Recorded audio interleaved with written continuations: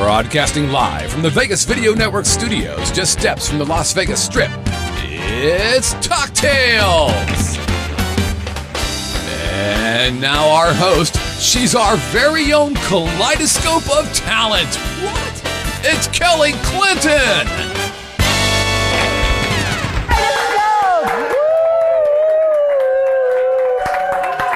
Welcome to Talktails. I am your host, Kelly Clinton Holmes, and this is the Vegas Video Network. Welcome. Do we have a live studio audience or what? Yes! I'm so excited because one of my favorite people is our guest today. My husband and I have enjoyed going to many of his different shows. He wears many hats, actually. He's a composer. He's a musical director. He's a conductor. He's also an actor, singer, songwriter. He's just incredible. And right now he's musical conductor or musical director for Jersey Boys. Keith Thompson is here today. Woo! He must be exhausted from doing all of those things. But before we meet Keith, I want to introduce you to our Talktails Orchestra, Mr. Kenny Davidson. Kenny! And you know, I always forget to say this, but you can keep playing. Oh. We can enjoy you at Don't Tell Mamas on Wednesdays and either Friday or Saturday or Sunday on the weekend. Saturday. Kenny Davidson, our Talktails Orchestra.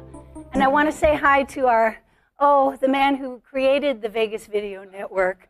And I'm so happy that he asked me to be the host of this show. Please say hello to Scott Whitney. Hi, Scott. Are we good, Scott? Are you still talking to me? Yeah, I reviewed the show last week. Hysterical. Well, see, what happened was, what he's referring to is our guest this week, Keith Thompson. I invited Scott to go with us to the Composers Showcase, which is one of the many things Keith does, and it was at the Smith Center. And he seated us all together at the table, and we're having a lovely time. And I kind of did on the show last week an over-caricaturization, if that's a word. I just made it up. And I just want to say that I'm sorry if I offended you in any way about the whole drinking thing. You. Just remember that when I do an impersonation, he's not in denial. But when I do an impersonation, I kind of tend to overdo it, over-exaggerating. Like when I do my share, like, oh, if I could turn back time, man, I would. Ooh! I mean, she doesn't really talk like that. You know, well, actually, here's what I found. Every woman who makes fun of a man does that same voice. Oh, you sound like this. And we don't sound like that. Oh, no, I didn't do that. You did. I did this. Oh, no, wait. My name is Scott Whitney, and I want to invite you to be a guest on the show.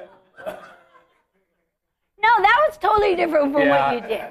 You're but it's right. just an over. I was just, you know, anyway, the point was he doesn't just drink at the show. Yeah. He's like a method actor. He takes it with him wherever he goes.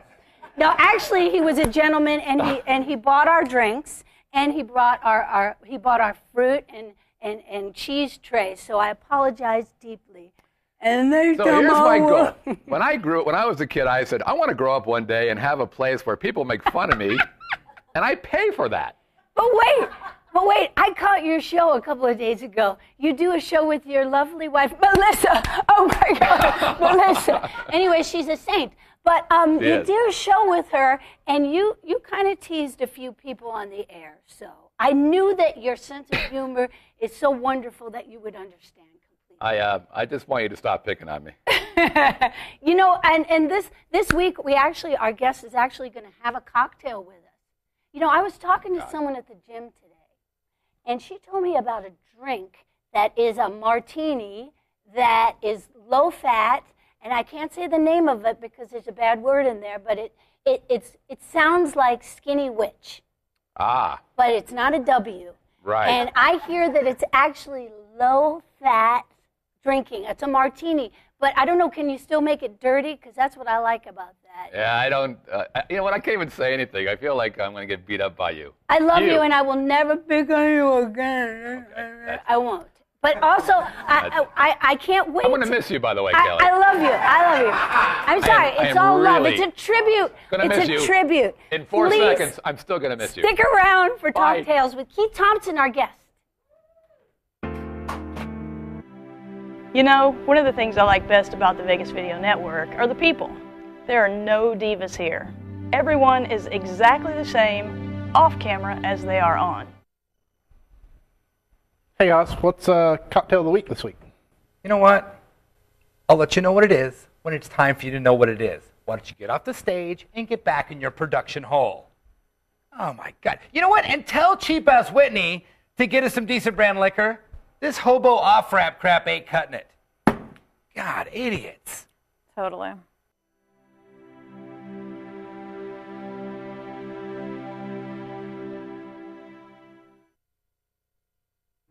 Welcome back to Talktails. Is that a song for perhaps Frankie Valli and the Four Seasons? The reason Kenny's playing that song is because our guest today is the musical director for Jersey Boys, but he's got a very special show coming up, God Lives in Glass. Please welcome Keith Thompson. Thank you, Kelly. Hi, Keith. Thank you for joining us. It's my pleasure. You have a big show coming up. I do. It's coming up this coming weekend. It's a Saturday afternoon and Sunday afternoon at the Judy Bailey Theater on the UNLV campus. And it's a big benefit to benefit Family Promise of Las Vegas and also the Nevada Conservatory Theater, Family Promise helps homeless families in the Las Vegas Valley. And Nevada Conservatory Theater is busy trying to elevate the arts in our community, which we're not necessarily known for here in Las Vegas. We're known for entertainment, but not necessarily we're getting there, theatrical though. It's arts. I getting know, better, with the isn't Smith it? Center and everything. And you. So exciting. And me. So anyway, the exciting thing about this concert is that I don't want people to miss it. It may be the last time we get to do it in this incarnation. The cast of Phantom, the Las Vegas Spectacular, has been with this show. We've done it about 10 times in the last 6 years to raise money. And they've been the core of the show. And their show is closing, and a lot of them will be leaving town. And they're just extraordinarily talented singers. And their ballet company is also going to be dancing in the show. So it's going to be this beautiful musical and theatrical experience. And also Philip Fortenberry will be playing the piano. And you know, that's always magical. He's just so great. And he's heavily featured in the show. And then you've got cast members from Jersey Boys, from Vegas the show, from Surf the musical, which closed last week. But some of the kids are hanging around just to stay in being God Lives in Glass. Yes. Well, because it's for such a good cause, too. And the community here, I mean, people want to pull together. It's amazing. They will donate their time. They'll donate their talent to come together in all these hearts and voices and talents joining together. It's really a remarkable thing to see this. And they're also wonderful. You have like 45 singers, right? Yes, 45 singers, a 13-piece orchestra, and we also have a 10-member dance troupe of some of them extraordinary dancers. There's a 17-year-old Russian ballet dancer who's going to be dancing with us this time. It's just remarkable. He's brand new to the production. So we're real excited about him. His name is Ivan Kalinyan. That's just fun to say, isn't I know Say it again. Ivan Kalinyan. I like it. He taught me how to say it. Not easy. So, but yeah, we're just so excited about it. Also, last year we did the production as a commemoration of the 10th anniversary of 9/11. And so this is an encore presentation of that same show. We do reference 9/11. I wrote this show in 2003 with Robert Landy in New York, who wrote the book, God Lives in Glass. And we did it as a way of bringing together, kind of looking at the cultural diversity that was going on. There was a kind of a schism that was going on after 9/11, of different people of different cultures, people becoming suspicious, people were polarizing. And it was our effort to try to bring people back together by looking at our differences and seeing how much we really all had in common. You know, now, wasn't it a personal story for him? You were both professors, right? Yes. I was adjunct in the musical theater department, and he's the head of the drama therapy department. And it was based on his own spiritual crisis, and he was trying to find his way back to some sort of a spiritual identity. And he asked children all over the world to draw pictures of God and to answer questions, tell stories about God. And he didn't make any judgments, but it was many different cultures and religions and nationalities and races. And he just looked at it all and put it all in a really cool way to just kind of look at it. That's all. Right. And then to let it reflect back to us who we are and as a culture, as a society, and as individuals. It's a really kind of a magical kind of a thing to see the world through the eyes of children. And it just changes everything. And it became a magical experience for him. And as we musicalized it, the whole musical expression of it became a magical experience as well. I'm just so in love with this piece. So it was a book first, am I right? Yes. It was a book with photos or It was a clinical or book, artwork. a clinical book first called How We See God and Why It Matters. And then from there was a little coffee table book, this cute little book called God Lives in Glass and is Shaped by the Wind, Reflections of God as Seen Through the Eyes of Children. And so it's a lot of little pictures, not pictures, but drawings. Drawings. Yeah, that the kids did. And then the little things they said about the pictures as to who they were, like God is a green bean, or God is deep blue and he gives me good ideas, or my grandfather died and became God and his jewelry and his clothes are golden, things like that. You know, it's just... Kids are amazing, they aren't really they? are. The way they see things. It kind of reminds me of when Bill Cosby did the show with the little kids. I mean, and he'd ask them a question and they'd say something so profound. Yeah. And so you took this, you put the music to it. Yes, I've never. I mean, I compose a lot and I write a lot of comedy songs too. But this particular music just flowed through me like it was already written somewhere in the universe, and it just needed to find its way down into us. And I swear, I would not say that if it weren't true. That's why I can sit back and I listen to this music, and I performed by these fantastic singers and players, and I just fall in love with it all over again every time. So exciting. Yes. It's this weekend. Yes, it is. Saturday and Sunday, the 25th and 26th, two performances. 2 p.m. 2 p.m. Tickets are $25, and there's senior discounts available also. Okay, so we're going to talk a little bit more about this and some other things when we come back with our fascinating guest, Keith Thompson. Traditional media believes that after about 3 minutes, you'll tune out. Most Vegas media companies think if it doesn't jiggle, you won't tune in. At the Vegas Video Network, we think both are wrong. The Vegas Video Network is the first and only live online broadcast network that specializes in insider news and expert views about Vegas. We combine great storytelling with the ability to watch when and where you want on your computer, mobile device, or television. Discover the real Las Vegas. Visit VegasVideoNetwork.com.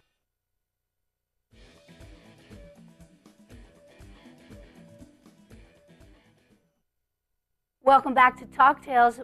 Welcome back, our guest, Keith Thompson. We're drinking.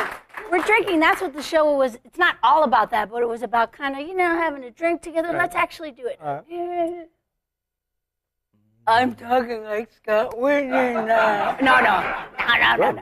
So, you know what's interesting? That I mean, we'll get to Jersey Boys and all of these other subjects. There's so many. But I learned something about reading about you for the show. You are a certified sommelier. I can't say it, but I know what it is. Do you? Yeah. Yeah. Certified only means that I got the education, but You I've mean never actually had on the street, or did you?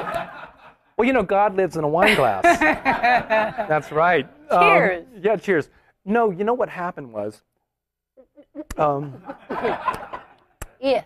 show business is not always kind, and shows close a lot. Like the Phantom is closing, Surf the musical got 1 week notice and they're closing. Well, a few years ago, Hairspray did that same thing. I was the musical director for Hairspray here in town with Harvey Firestein, and that was very much fun. And they gave us 1 week's notice and closed our show. And after being in this business for so long, I just got so disillusioned. I said, I have to find another skill. And somebody said, what do you love to do? I said, well, I love to drink wine. And I found a wine education course at the International Sommeliers Guild, and it was starting the next day. So I just signed up, and 10 months later, I was a sommelier. That's wonderful. And I also gained 15 pounds in the process. Yay! I know, because Clint and I were guests to your home at a Christmas party or two, and you have that passion about, this is what I'm giving to you right now. We discovered this wine. So I think it's wonderful. It is. But wine is kind of a living thing. It's just amazing to me. Yes. So. Wine is life, right, Scott? Anyway, back to the show. All right, look, I'll tell you what. I'm going to keep you on the show. Quit picking on me. Okay, all right. You win. I will probably not do that anymore, but I can't completely commit. But anyway, back to you. The producers, too. Yes, the producers. Somewhere along the line, I was still in wine school, and I actually started flying myself to New York to learn Jersey Boys because I knew You fly planes as well? I do. No. Okay. I went because I heard Jersey Boys was coming to town, and I wanted to be ready. So I went to New York to learn it.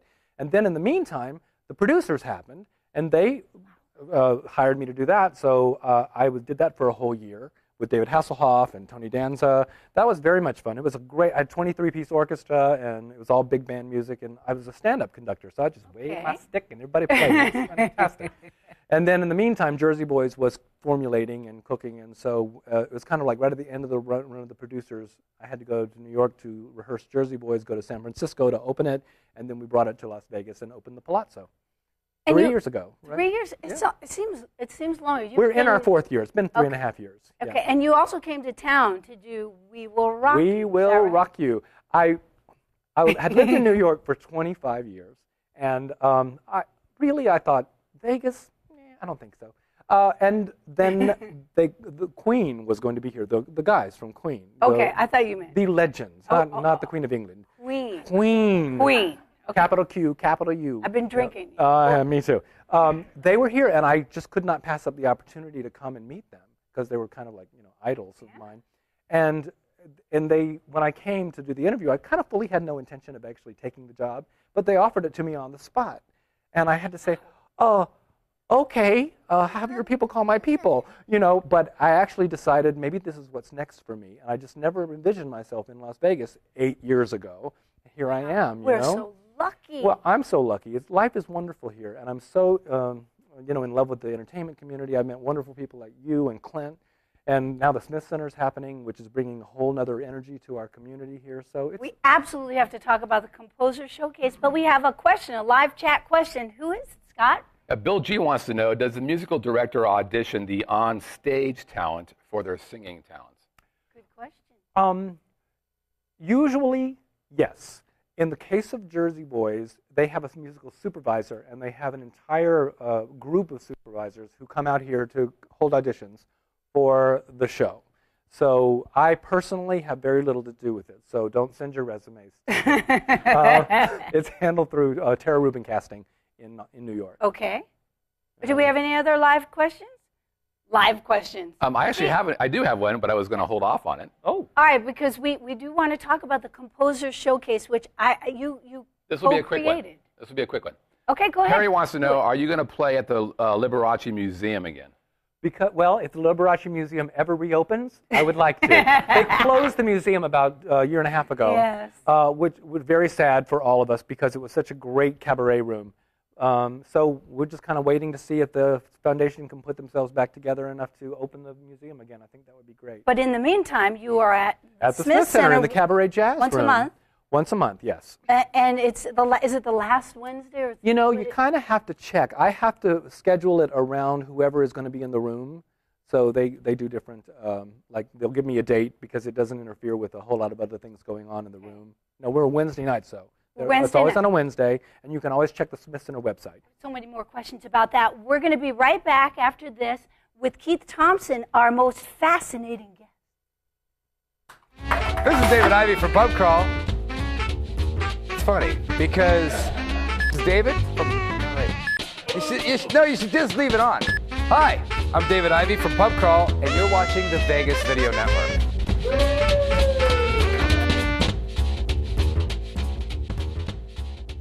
And scene. Welcome back to Talktails. I'm your host, Kelly Clinton. And I wanted to tell you that if you want to reach out to us, you can email us, talktails@vegasvideonetwork.com, or you can leave us a alcohol. You can, welcome to Scott's World. You could hang a website, click on the stuff, leave us a voice message. You might make it on the air, and as you just found out, you could live chat with us too, or watch the show anytime on VegasVideoNetwork.com, iTunes, YouTube, Roku, Radio KSHP every Saturday afternoon. Keith Thompson's here. I'm having so much fun with you. It's going by too quickly. Yes. Composer Showcase. Yes, the next one is the 19th of September. Who performs at this Composer Showcase? Different writers, different composers, yes, and people, they get people to sing their songs. It's always different. I'm working to try to get Taylor Hicks to perform this time. Oh, and I actually may even have your husband sing this time. My husband, Clint Holmes? He might be. Resident headliner?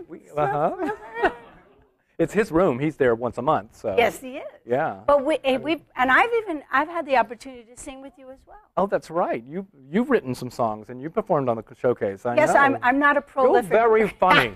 I'm not as prolific as you are. You have many shows. You have a show called Idaho. Yes, Idaho. We're working on trying to get that one to Broadway. I have Kooky Tunes, which is a collection of my comedy and novelty songs, and we have God Lives in Glass. So you have so much talent. I don't know how you do it all. I want you to do one of your songs today. Okay. And you chose a song for us. I did. That's appropriate. It is appropriate. Yes. So for this. Yes. Shall I? Absolutely. Do I stand up or do I? No, you stay here. And you just Okay, do it goes your like this. Young men write their love songs for the ladies they love so, while old men write love stories for their loves from long ago. A poet writes a sonnet all about his Valentine, but I'll just write my love song to my amber wine. Chardonnay. Ah. Chardonnay. It's just the juice that makes my day.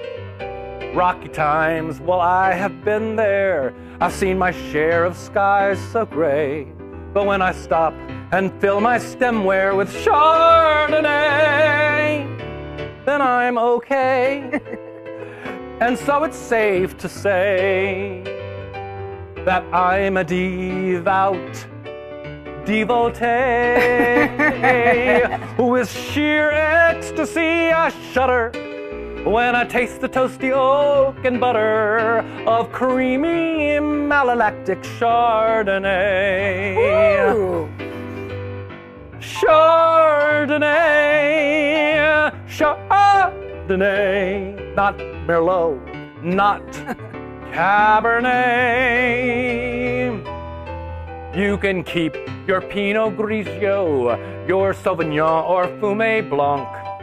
If Chardonnay's a great concerto, then all the rest are just honky-tonk. Oh, by the way, did I say Chardonnay? And not Vouvray, and not Viognier. Chardonnay is a whole lot cleaner than a Riesling or a Gewürztraminer. So I just think I'll stay with Chardonnay.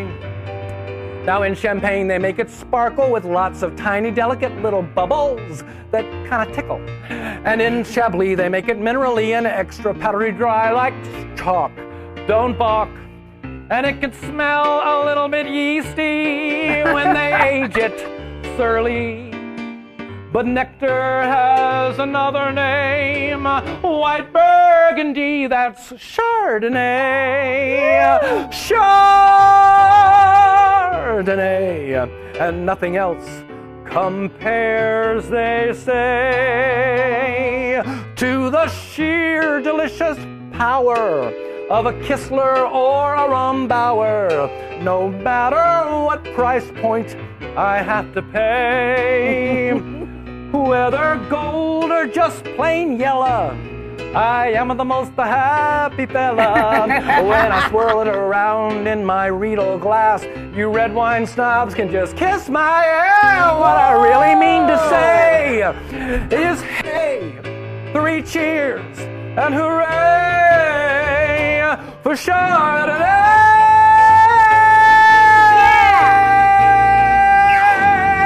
Keith Thompson, such a great writer, such a great guest. Thank you. Composer Showcase and God Lives in Glass is this weekend. That's Judy right. Bailey Theater. Judy Bailey Theater, 2 o'clock, UNLVtickets.com. UNLVtickets.com. That's and right. guess what? Our guest next week is the great Denise Williams. She's going to be right how here. exciting. Thank you, my friend. Thank you. We'll see you next time on Talktails.